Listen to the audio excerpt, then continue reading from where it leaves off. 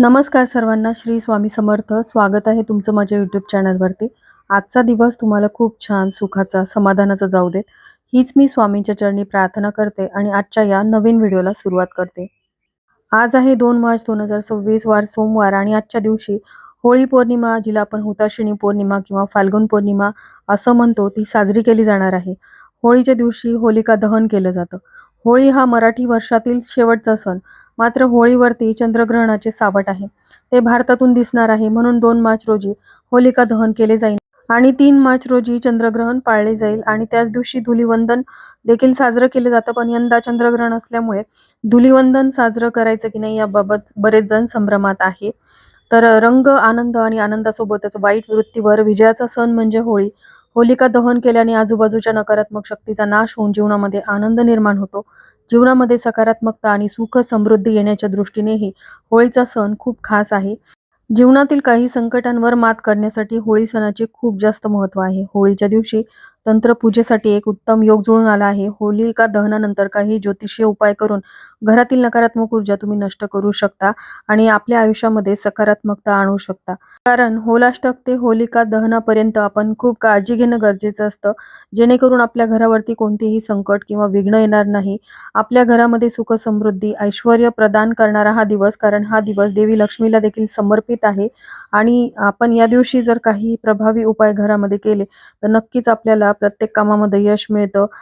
होळीच्या दिवशी विधीप्रमाणे पूजा करण्याचाही नियम आहे. या दिवशी पूजनासह काही उपाय करणं देखील खूप फायदेशीर ठरतं.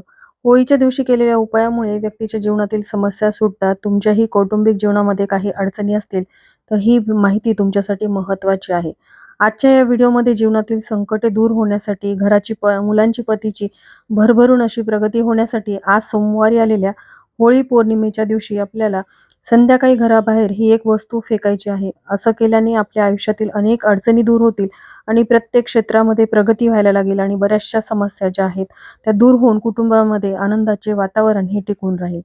तर हा उपाय कशा प्रकारे करायचा आहे, घराबाहेर जी वस्तू फेकायची आहे, नंतर त्या वस्तूचं काय करायचं, ही संपूर्ण माहिती जाणून घ्यायची असेल तर व्हिडिओ स्किप न करता शेवटपर्यंत बघा. चॅनलवरती पहिल्यांदा आला असाल तर सबस्क्राईब करा आणि असेच नवनवीन माहितीपूर्ण व्हिडिओ बघण्यासाठी बेल आयकॉनलाही क्लिक करा. त्यामुळे जेव्हाही मी नवीन व्हिडिओ अपलोड करेल तेव्हा त्याचं नोटिफिकेशन सर्वात आधी तुम्हाला मिळेल आणि तुम्ही माझा एक पण व्हिडिओ मिस करणार नाही. आणि हो, त्याचबरोबर हाईप बटनलाही प्रेस करा, जेणेकरून जास्तीत जास्त लोकांपर्यंत हा व्हिडिओ पोहोचेल आणि सर्वांना योग्य ती माहिती मिळेल. चला तर मग जास्त वेळ न घालवता व्हिडिओला सुरुवात करूया. तर पहा, आज 2 मार्च 2026 रोजी संध्याकाळी 5:55 फाल्गुन पौर्णिमेची तिथी ही सुरू होणार आहे आणि फाल्गुन पौर्णिमेची तिथी समाप्त वेळ हे 3 मार्च 2026 रोजी संध्याकाळी 5:07 होणार आहे. त्यामुळे आपल्याला होलीचं दहन जे करायचं आहे ते आज 2 मार्च रोजी प्रदोषकाळी म्हणजेच सूर्यास्तानंतर करायचं आहे. कारण उद्याच्या दिवशी जरी पौर्णिमा ग्राह्य धरली जात असली तरी उद्या चंद्रग्रहण म्हणजेच ग्रस्तोदित चंद्रग्रहण असल्याने आपल्याला होळी ही आजच्याच दिवशी साजरी करायची आहे. तर आजचा जो शुभमुहूर्त असणार आहे तो संध्याकाळी 6:44 पासून ते रात्री 9:11 पर्यंत असणार आहे. या वेळेमध्ये तुम्ही होलिका दहन करायचं आहे आणि आपल्याला हा जो उपाय करायचा आहे तो अगदी रात्री 11 पर्यंत तुम्ही केला तरी चालेल. तसंही पौर्णिमा तिथी ही उशिरा सुरू होणार आहे. त्यामुळे तुम्ही तुमच्या वेळेनुसार हा उपाय करा, पण आजच्या दिवशी हा उपाय चुकू नका. वर्षभरातून आपल्याला ही एकदाच संधी मिळते. तर बघा, जे लोक खूप त्रस्त आहेत, मग पैशांविषयक समस्यांनी किंवा शारीरिक व्याधी किंवा मानसिक समस्या त्यांच्या आयुष्यामध्ये आहेत. आर्थिक समस्या, पैशांविषयक समस्या असतील तर तुम्ही खूप कष्ट करताय, मेहनत करताय, तरी देखील तुमच्या कष्टाला, मेहनतीला म्हणावं तसं यश मिळत नाही, नशिबाची साथ मिळत नाही. जोही घरामध्ये पैसा येतो तो फार काळ टिकत नाही आणि त्या कारणाने खर्च होतो.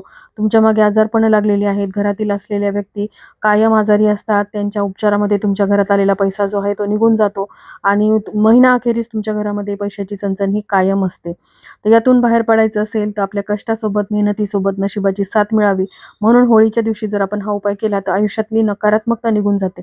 आजारी व्यक्तीच्या भोवती असलेली नकारात्मकता, तुमच्या घरात असलेली नकारात्मकता दूर करण्यासाठी हा उपाय तुम्ही नक्की करून बघा. नक्कीच तुम्हाला लाभ होईलच. त्याचबरोबर जर घरातील बघा, पौर्णिमा तिथी ही देवी लक्ष्मीच्या आगमनाचा दिवस आहे आणि विष्णू पुराणामध्ये देखील असं नमूद केलेलं आहे की प्रत्येक पौर्णिमेला लक्ष्मी ही आपल्या घराकडे येत असते. त्यामुळे तिला आकर्षित करण्यासाठी आणि आपल्या आयुष्यातील नकारात्मकता दूर करण्यासाठी आपण हा उपाय करावा. फाल्गुन पौर्णिमेच्या दिवशी लक्ष्मी ही पहिल्यांदा अवतरली होती पृथ्वीवरती, म्हणून हा दिवस लक्ष्मी जयंती म्हणून देखील साजरा केला जातो. त्याचबरोबर बघा, घरामध्ये असलेली मुलं, मग ती लहान असतील तर सतत किरकिर करतात, रडत राहतात. मुलं मोठी असतील तर ते हट्टीपणा करतात, घरातल्यांचं ऐकत नाहीत, व्यवस्थितपणे खात पीत नाहीत, अभ्यासामध्ये त्यांचं मन लागत नाही. मुलांभोवती दोष असतात, मोठ्यांच्या भोवती दोष असतात. मोठ्यांच्या भोवती दोष असतील तर ते घरामध्ये सतत चिडचिड करतात, कोणत्याही कामामध्ये त्यांचं लक्ष लागत नाही आणि याचा परिणाम त्यांच्या आयुष्यावरती कुठे ना कुठेतरी होत असतो. बघा, दोष हे प्रत्येकाला असतात. अगदी लहानांपासून मोठ्यांना नजर दोष असतील किंवा पितृदोष असतील, तर हे जे दोष आहेत ते आपण काही ना काही उपाय करून घालवायचे असतात. आता नजर दोष असतील तर बऱ्याच अडचणी येतात. व्यक्ती वारंवार आजारी पडते किंवा जर पितृदोष असतील तर कोणत्याही कामामध्ये यश मिळत नाही. मनासारख्या गोष्टी घडत नाहीत. तुम्ही कितीही कष्ट केले, मेहनत केली, तरी तुमच्या कार्यामध्ये तुम्हाला यश मिळत नाही. काही ना काहीतरी अडचणी, संकट, विघ्न तुमच्यावरती येतात आणि ते कार्य सिद्ध होत नाही. भरपूर दिवसापासून मनामध्ये एखादी इच्छा असते आणि ती पूर्ण होण्यासाठी आपण तेवढे प्रयत्न देखील करत असतो. पण कितीही प्रयत्न केले, पैसा जरी असला तरी आपल्या त्या इच्छा मनोकामना पूर्ण होत नाहीत. याला कुठे ना कुठेतरी आपल्या कुंडलीमधले असलेले दोष, मग ते ग्रहदोष असतील, पितृदोष असतील किंवा आपल्याला झालेले नजर दोष असतील. ही किरकोळ बाब वाटत असली तरी यामागे सत्यता आहे आणि ती जाणून घेणे आणि वेळीच यावरती उपाय करणे हाच एक इलाज आहे. तर आजच्या व्हिडिओमध्ये मी जो उपाय सांगणार आहे ना, त्यासाठी आपल्याला संध्याकाळी दिवे लागण्याच्या वेळेस घराची स्वच्छता करून घ्यायची आहे. हातपाय वगैरे स्वच्छ धुवून घ्यायचे आहेत. देवघरासमोरील दिवा प्रज्वलित करायचा, धूप अगरबत्ती लावून घ्यायची आहे. तर आता हा उपाय नेमका कधी करावा? होळीची पूजा करण्याआधी किंवा नंतर? तर पहा, सगळ्यात आधी तर आपल्याला एक दिवा तयार करायचा आहे. सकाळी तुम्ही केला असेल तर संध्याकाळी करण्याची गरज नाही. त्या दिव्यामध्ये परत तुम्ही तेल घालायचं आहे आणि तो दिवा प्रज्वलित करायचा. पण तुम्ही संध्याकाळी जर हा दिवा लावणार असाल तर एक मातीची पंती घ्या, त्यामध्ये मोहरीचं तेल, चिमूटभर काळे तीळ टाकून तो दिवा मुख्य प्रवेशद्वाराबाहेर लावायचा आहे. तोपर्यंत तुमच्या घरातील पूर्णावरणाचा नैवेद्य तुम्ही तयार करून घ्यायचा आहे आणि होळीच्या पूजेसाठीचं ताट घ्यायचं आहे आणि तुम्हाला होळी जिथे तुम्ही पेटवणार आहात, मग तुमच्या घरासमोर असेल किंवा सार्वजनिक स्थळी जाऊन तुम्ही होळीचं प्रज्वलन करणार असाल, तिथे तुम्हाला जायचं आहे. होळीचं विधिवत पूजन करायचं आहे. पूजा झाल्यानंतर मग तुम्हाला तिथे असलेली राख थोडीशी सोबत आणायची आहे. राख तुम्हाला घराच्या आजूबाजूच्या परिसरामध्ये थोडी-थोडी टाकायची, जेणेकरून जी ही नकारात्मकता तुमच्या घराभोवती आहे ती दूर होईल आणि त्यानंतर तुम्हाला हा उपाय करायचा आहे. आता हा उपाय करण्यासाठी घरातील प्रत्येक व्यक्ती घरात असणं आवश्यक आहे. आता अगदी लहानांपासून मोठ्यांपर्यंत. पण अगदी स्थानबाळ असेल तर त्या व्यक्तीसाठी तुम्हाला हा उपाय करायचा नाही. तर या उपायासाठी आपल्याला काय लागणार आहे? तर पहा, एक खोबऱ्याची वाटी जी असते ना, अख्खं खोबरं असतं ते तुम्हाला घ्यायचं आहे. तर घरात तुमच्या असेल, अर्धी वाटी केल्यानंतर जे खोबऱ्याचा तुकडा मिळतो, ती वाटी तुम्हाला घ्यायची आहे. तुम्ही म्हणाल खोबऱ्याचा तुकडा चालेल का? तर नाही, आपल्याला अख्खी जी वाटी असते अर्धी, ती वाटी सुक्या खोबऱ्याची घ्यायची आहे आणि जर घरात नसेल तर तुम्ही ती विकत आणा. त्यानंतर आपल्या घरातील प्रत्येक सदस्याला तुम्हाला हॉलमध्ये बसायला सांगायचं आहे. खोबऱ्याच्या वाटीमध्ये आपल्याला काय टाकायचं आहे, तर यामध्ये आपल्याला ती वाटी भरून आपल्याला काळे तीळ जे असतात ना, ते टाकायचे आहेत. आता काळे तीळ टाकल्यानंतर तुमच्या घरामध्ये जेवढे सदस्य आहेत, त्या सदस्यांसाठी तुम्हाला एक पाट तुमच्या हॉलमध्ये किंवा देवघरासमोर ठेवायचा आहे. आता जिथे तुम्ही हा उपाय करणार आहात, तिथे तुम्हाला तुमचं तोंड किंवा जे व्यक्तीवरून तुम्ही हा उतारा करणार आहात, त्या व्यक्तीचं तोंड दक्षिणेकडे होणार नाही, अशा पद्धतीने आपल्याला हा उतारा करायचा आहे. तर सगळ्यात पहिले ज्या व्यक्तीवरून तुम्ही ही वस्तू ओवाळून घेणार आहात, त्या व्यक्तीला पाटावरती बसवल्यानंतर तुम्हाला ही खोबऱ्याची वाटी जी आहे, ती 7 वेळा अँटी क्लॉकवाईज त्या व्यक्तीवरून उतरून घ्यायची आहे. त्या व्यक्तीवरून उतरून घेतल्यानंतर त्या व्यक्तीला तिथून उठायला सांगायचं. दुसऱ्या व्यक्तीला बसवायचं. मग तुमची मुलं असतील, पती असतील, सासू-सासरे जेवढे व्यक्ती तुमच्या घरामध्ये आहेत, तुमची मुलं, तेवढ्या सगळ्या मुलांवरून एक-एक करून तुम्हाला हीच खोबऱ्याची वाटी उतरवून घ्यायची. प्रत्येक व्यक्तीसाठी वेगळी खोबऱ्याची वाटी घेण्याची गरज नाही आणि हीच खोबऱ्याची वाटी जी आहे, ती आपल्या घराच्या बाहेर जायचं. घराच्या आतल्या दिशेने आपल्याला तोंड करायचं आहे. मुख्य दरवाजावरून देखील ही खोबऱ्याची वाटी, ज्यामध्ये आपण काळे तीळ भरलेले आहेत, ती उतरून घ्यायची आहे. आता उतरून घेतल्यानंतर काय करायचं, जिथे तुम्ही होळी पेटवलेली आहे, तुमच्या घरासमोर असेल किंवा सार्वजनिक स्थळी, तिथे जायचं आहे आणि त्या होळीच्या अग्नीमध्ये तुम्हाला ही वाटी जी आहे ती टाकून द्यायची आहे.